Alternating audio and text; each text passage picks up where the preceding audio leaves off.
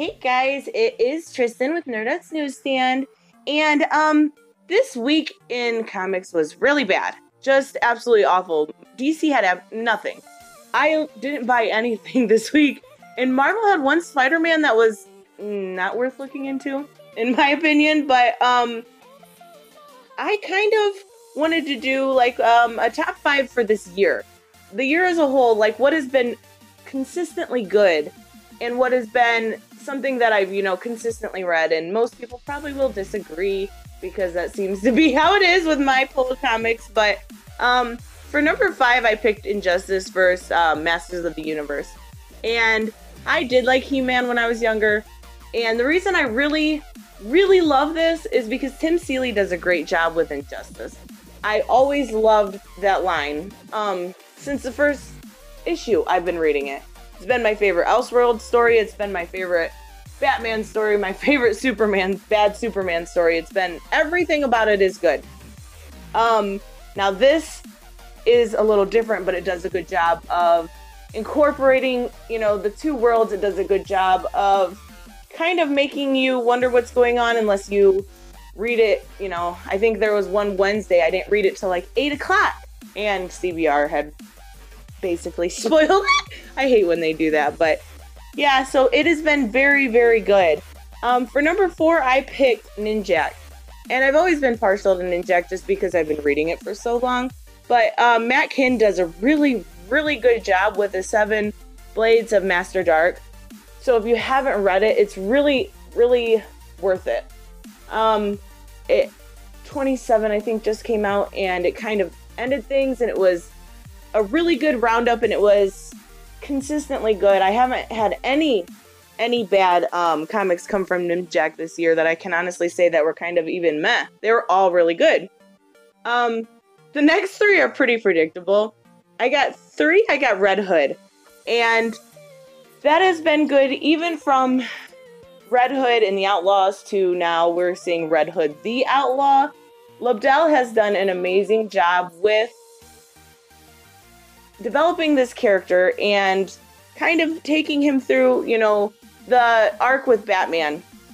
We find out stuff about Batman and him. And then he's taken him through a lot of the changes with Roy, with the death. And I don't feel like he did that quite as well. But he's done a lot with Underlife, and it's been consistently good. And Pete Woods' art is always good. So, I mean, it is one definitely worth checking out if you haven't read it. It's definitely, I hate to say it's my favorite because I put it at 3, but it's been definitely worth it. I don't know, maybe I should have put it at 1, but I didn't. For number 2, I put Batman. It's kind of a given. And the only reason I put that above Red Hood is because of, with 50, I seen that coming. I think everybody kind of seen that coming, and I don't think that Bruce and Selena should get married.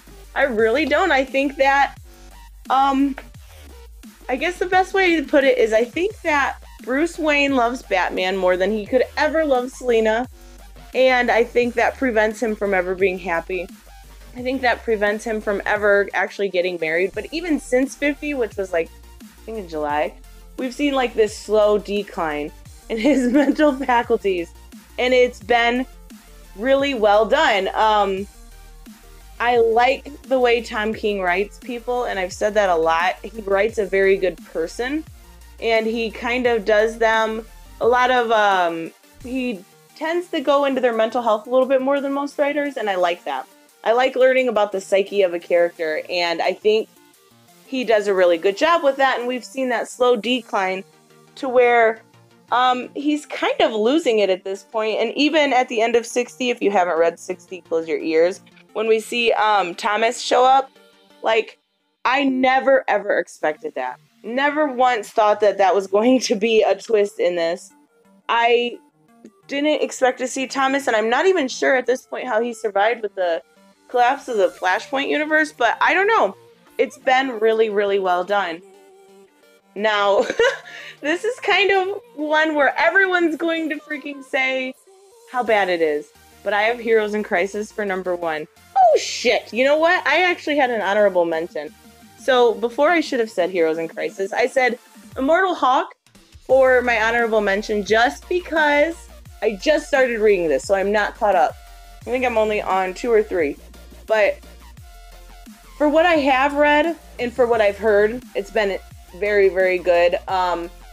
It's very horror-ish. It's very like, it doesn't feel like Hawk to me. I mean, it does, but it doesn't feel like 90s Hawk. It feels like John Carpenter is writing this or something along those lines, and I like it. I like it a lot. Al Ewing is doing really, really good, and I seen the cover for 10, and it was freaking fantastic. Like, it was Alex Ross, which I love anyway, so it was really good. Now back to Heroes in Crisis. Oh my god. I can't say enough good about this, and there are things I'll complain about. Like 2 things, but again, it's King, and he writes the people well.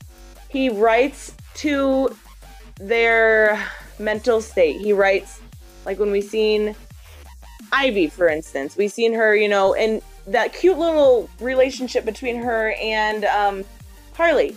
It's really well done. And Clayman, his art, you can't beat that. Like, that art is so good. But I like where this is going, and I want to see what happens. And I know, I think 4 comes out on next week. The 2nd, maybe? I don't know. I will look it up before I edit this. But I want to see where it goes. I hate to see the death. I hate to see that. And like when I read the first one, I was like more than pissed. I was like, I hate this comic. It is the absolute worst. And then I read it again, and I'm like, you know what? It's not. I hated to see Roy die. Roy's my boy. I love Roy. But it needed to happen. It needed to happen to tell this story. So I want to see where it goes. And even with Wally, like in issue 3, I want to say, where we see him with his kids and his wife. And it's freaking heartbreaking, but that's why I love it.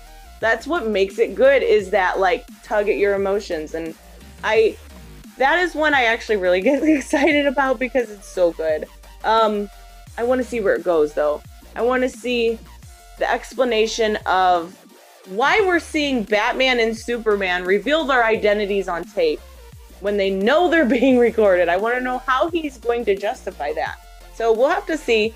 I am curious to see what you guys think. Let me know what your favorite comic was of the year.